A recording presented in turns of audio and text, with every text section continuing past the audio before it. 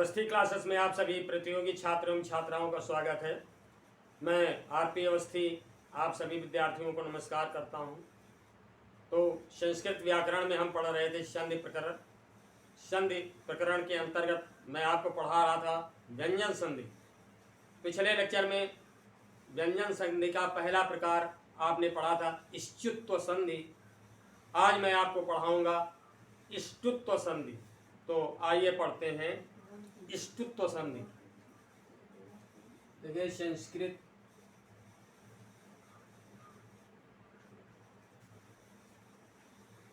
व्याकरण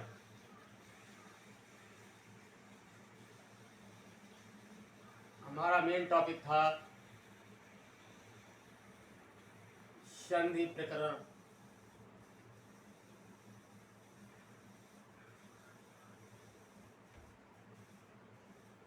संधि प्रकरण के अंतर्गत मैं पढ़ा रहा था आपको व्यंजन संधि।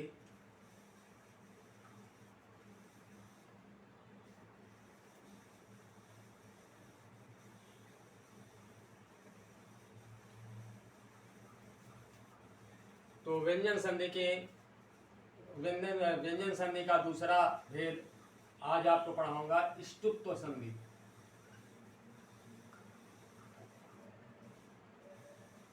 इष्टुत्व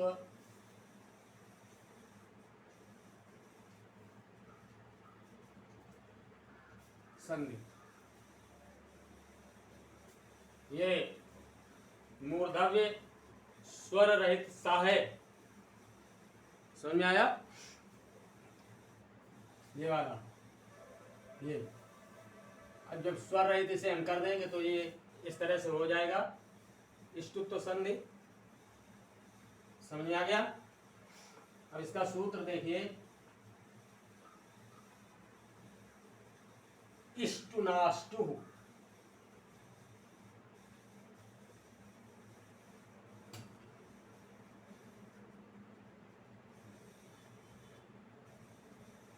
सूत्रार्थ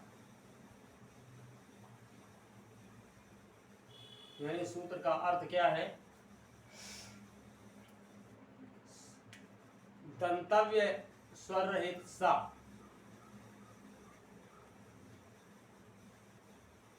या ता वर्ग के बाद मूर्धव्य स्वर रहित सा। ये मूर्धा से बोला जाने वाला सा है। तो जब हम इसमें हलंत लगा दिए तो स्वर रहित सा हो गया।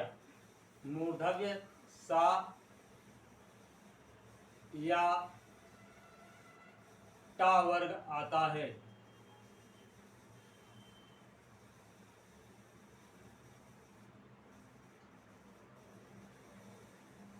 तो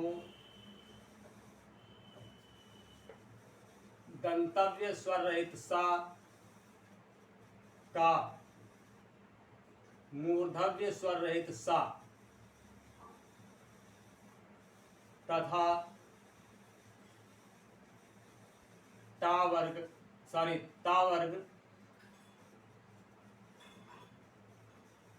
का टा वर्ग हो जाता है।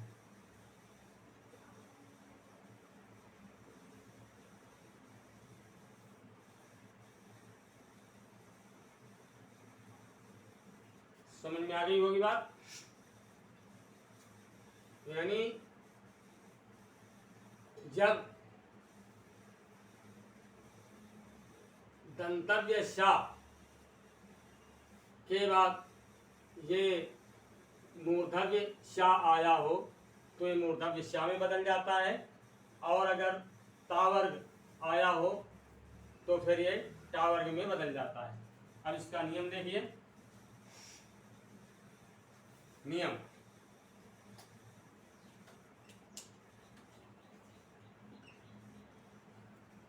क्या है? जब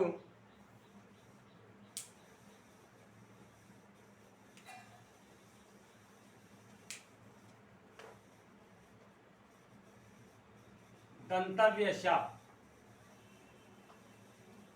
ठीक है। के बाद मूर्धव्य श, ये अथवा ता वर्ग। अब ता वर्ग में कौन कौन से वर्ण आते हैं? ता था दा धा ना। ता था दा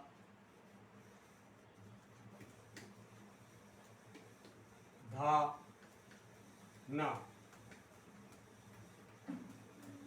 के बाद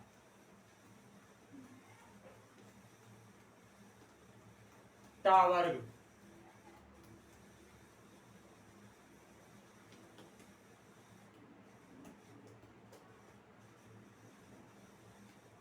यानी टाठा डाढ़ा। टावर का मतलब टा ठा डा ढा आड़ा। आया हो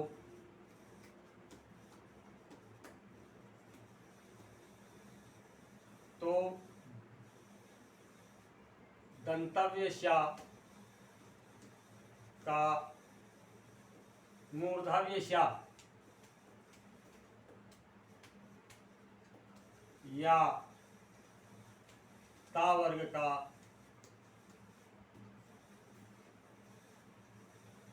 टा वर्ग हो जाता है।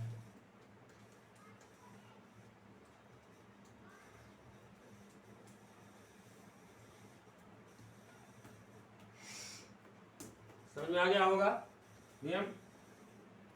अब आइए एग्जाम्पल देखते हैं, उदाहरण देखते हैं।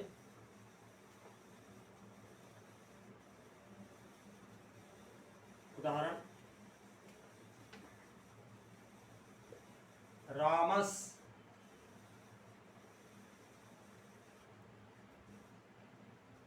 प्लस यानी रामस धन टीकते।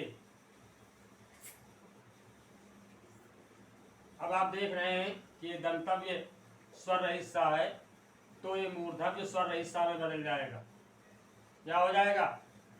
रामस टीकते।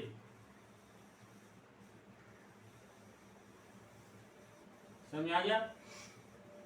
इसी तरह से नेक्स्ट एग्जाम्पल देखते हैं।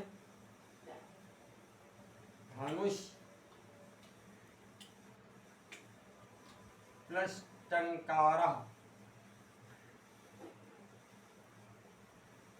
अब आप देख रहे हैं कि ये मूर्धव्य स्वर रहित सा है, तो ये जो है मूर्धव्य स्वर रहित सा में ही रहेगा, धनुष टंकारा। अब यहाँ परिवर्तन क्या हो रहा है? ये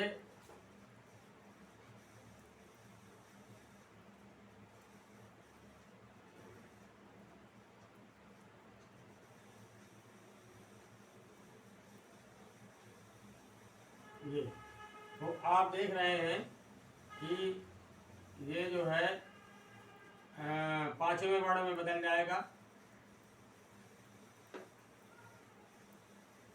यहाँ ये हो जाएगा धनुष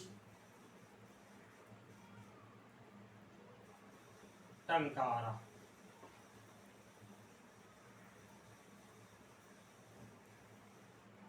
इसी तरह से नेक्स्ट एग्जाम्पल हम देखते हैं।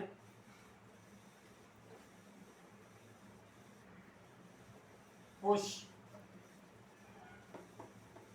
अब यहाँ आप देख रहे हैं कि मूर्धव्य स्वर रहित सा आया है प्लस ताहा, तो अब ये ता जो है टा वर्ग में बदल जाएगा। यानी ता वर्ग का प्रथम वर्ण है, तो टा वर्ग की प्रथम वर्ण यानी टा में बदल जाएगा, तो ये हो जाएगा पुष्टाह।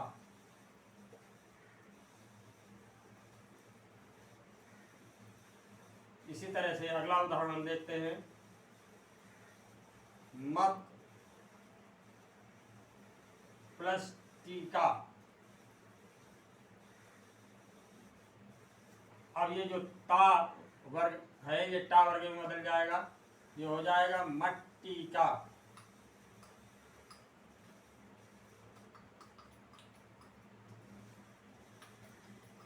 अगला एग्जाम्पल हम देखते हैं।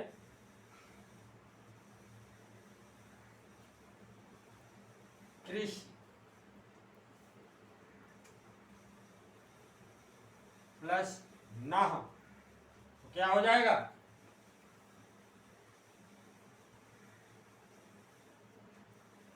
कृष्ण। तो इस तरह से आप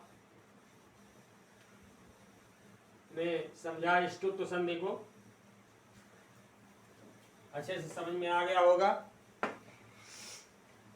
अगर कहीं कोई प्रॉब्लम है, किसी प्रकार की दिक्कत है तो प्लीज कमेंट में पूछिए।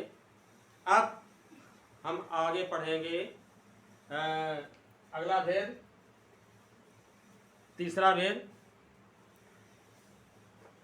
तो आइए तीसरा भेद पढ़ते हैं।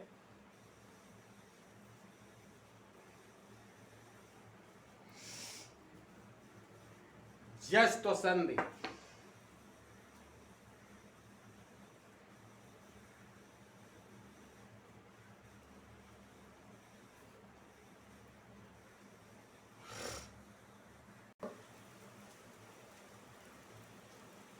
अगला प्रकार है तीसरा जस्त्व संधि, और इसका सूत्र है झलाम जशो अंते, झलाम जशो अंते।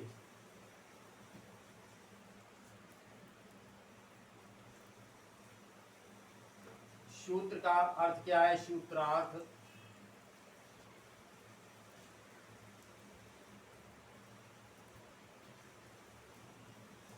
झल प्रत्याहार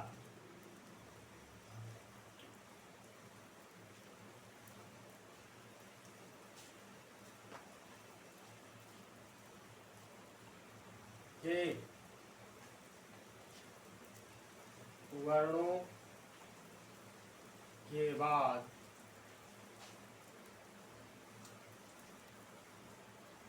जब कोई अन्य वर्ण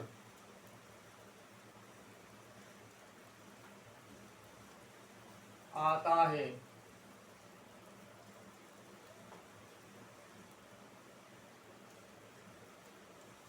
अथवा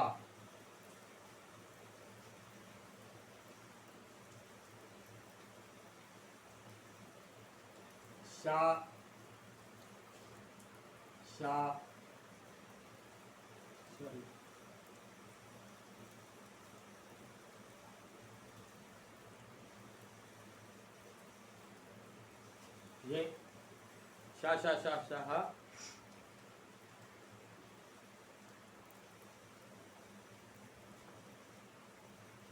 के बाद कोई व्यंजन वर्ण आता है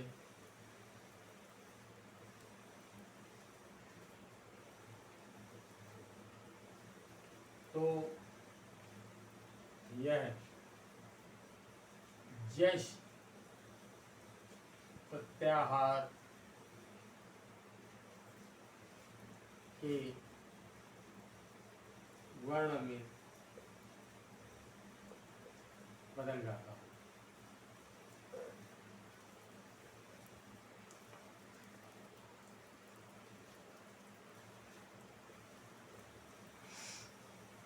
अब हम नियम देखते हैं। नियम क्या है?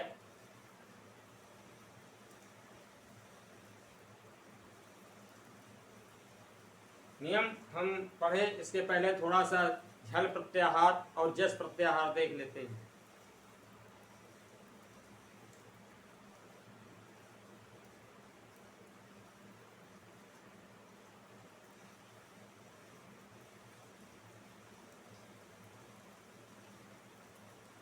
अब थोड़ा सा हम झल प्रत्याहार और जस प्रत्याहार देख लेते हैं।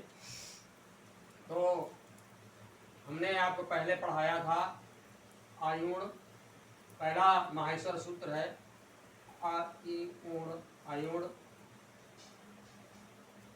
लिरिक योंग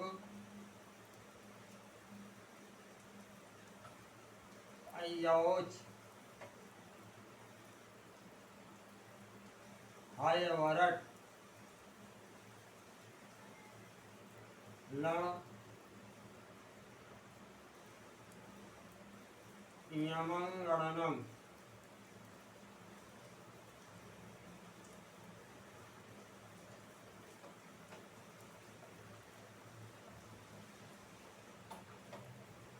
तो आयुण रिलिक एवं अयोज हैवर लण यमंगणनम 1 2 3 4 5 6 7।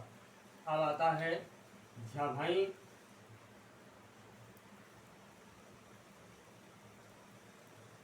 झढ,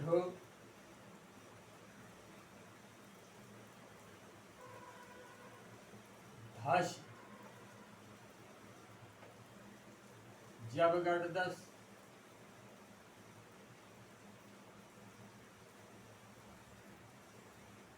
खफ, छठ, चटताव,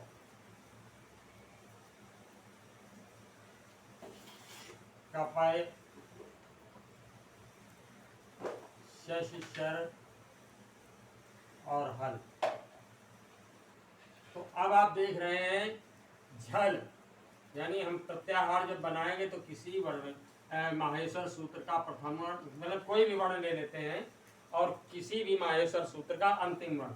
तो हमने अभी आपको बताया कि झल प्रत्याहार, झल प्रत्याहार, बात समझ आई? तो झल हमने ये झा लिया, समझ रहे होंगे। और इसके बाद हल माहेश्वर सूत्र का अंतिम वर्ण हमने हल लिया, तो इस तरह से ये झल प्रत्याहार बना। अब इसके वर्ण क्या हो जाएंगे? झ भा 24 वर्ण आते हैं बीच में। झ भा घा धा धा। अब ये हम हर वर्ण छोड़ देते हैं। तो अब आगे आया झा के बाद ज ब ग ड के बाद सा छूट जाएगा, फिर खा फा छ ठ ता हुआ छूट जाएगा, और का पा फिर या छूट जाएगा, शा शा शा अब रा छूट जाएगा, और हा, इस तरह से।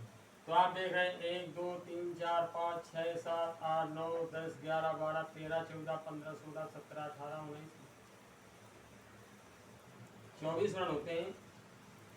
1 2 3 4 5 6 7 8 9 10 11 12 13 14 15 16 17 18 19 20 21 22 23 और 24। समझ में आया? ये 24 वर्ण के बाद जब कोई व्यंजन वर्ण आता है तो प्रथम द्वितीय एवं तृतीय या चतुर्थ वर्ण के स्थान पर उस वर्ग का तीसरा वर्ण हो जाता है। अब आइए नियम देखिए, नियम देख लीजिए।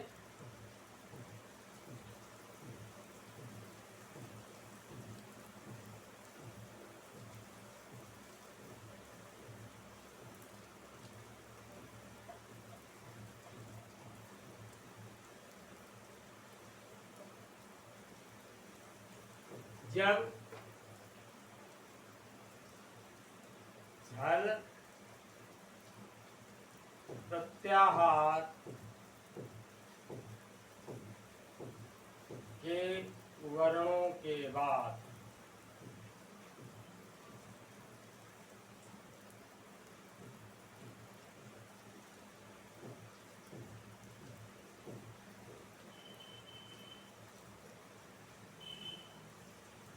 अथवा शा शा शा हा के बाद कोई व्यंजन वर्ण आता है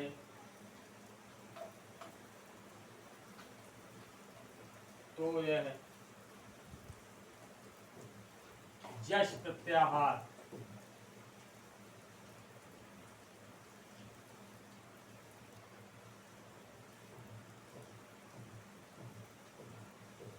अब जश प्रत्याहार अभी हमने नहीं देखा था।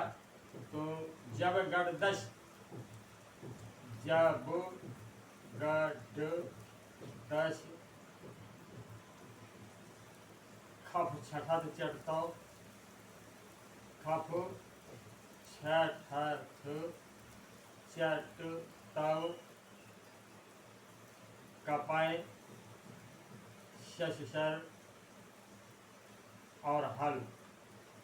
अब हम जश प्रत्याहार देखते हैं, यानी जश तो हमें इनसे मतलब नहीं है।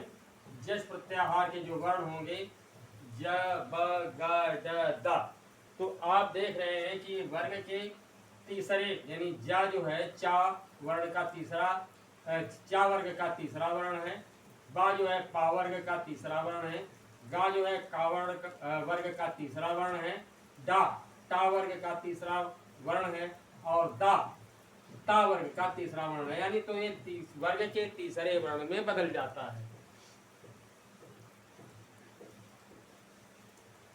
जश प्रत्याहार के वर्णों में बदल जाता है।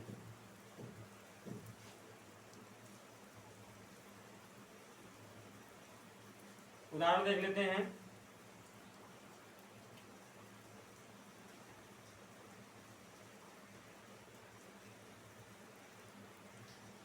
उदाहरण देखिए, पहला है दिक प्लस गजह। अब ये का जो है तीसरे वर्ण में बदल जाएगा, और ये स्वर रहित है तो स्वर रहित ही आएगा, दिग्गजः।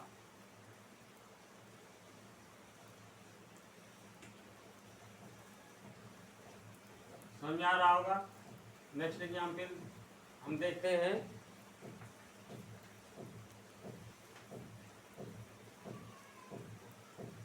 वाक धन ईशा।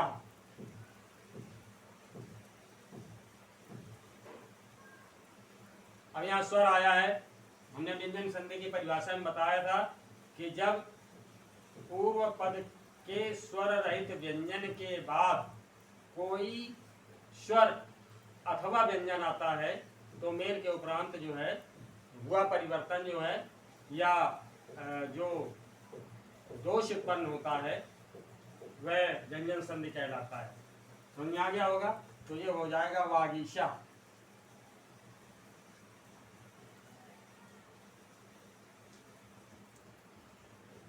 अब जब ये स्वर रहित गा बनेगा और गा में बड़ी ई लग जाएगी तो ये स्वर युक्त हो जाएगा। अब ये हो जाएगा वागीशा। समझा गया होगा इस तरह से। इसी तरह से देखिए नेक्स्ट एग्जाम्पल, शट धन आनंद। अब यहाँ भी पूर्व पद में स्वर रहित व्यंजन टा है, उसके बाद स्वर आ रहा है तो ये टा जो है अपने ही वर्ग के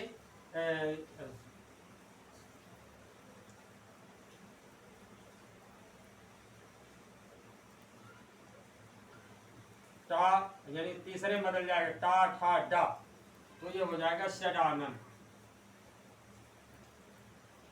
तीसरे वर्ण में मतलब तीसरे वर्ण में ही बदलता है। अच्छा, नेक्स्ट एग्जाम्पल देख लीजिए। इसी तरह से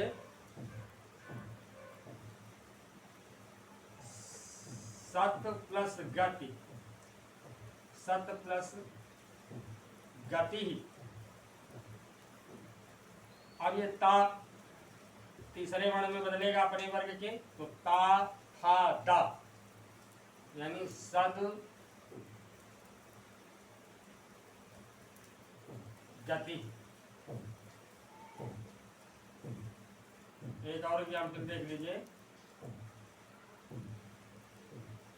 चित्त धन आनंद,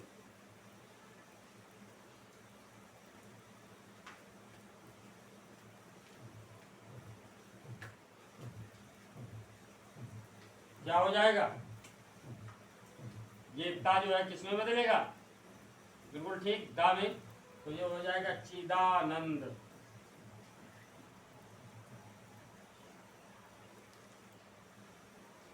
तो मैं उम्मीद करता हूँ अच्छे से ये जस्त संधि यानी झलाम जसो अंते समझ में आ गई होगी।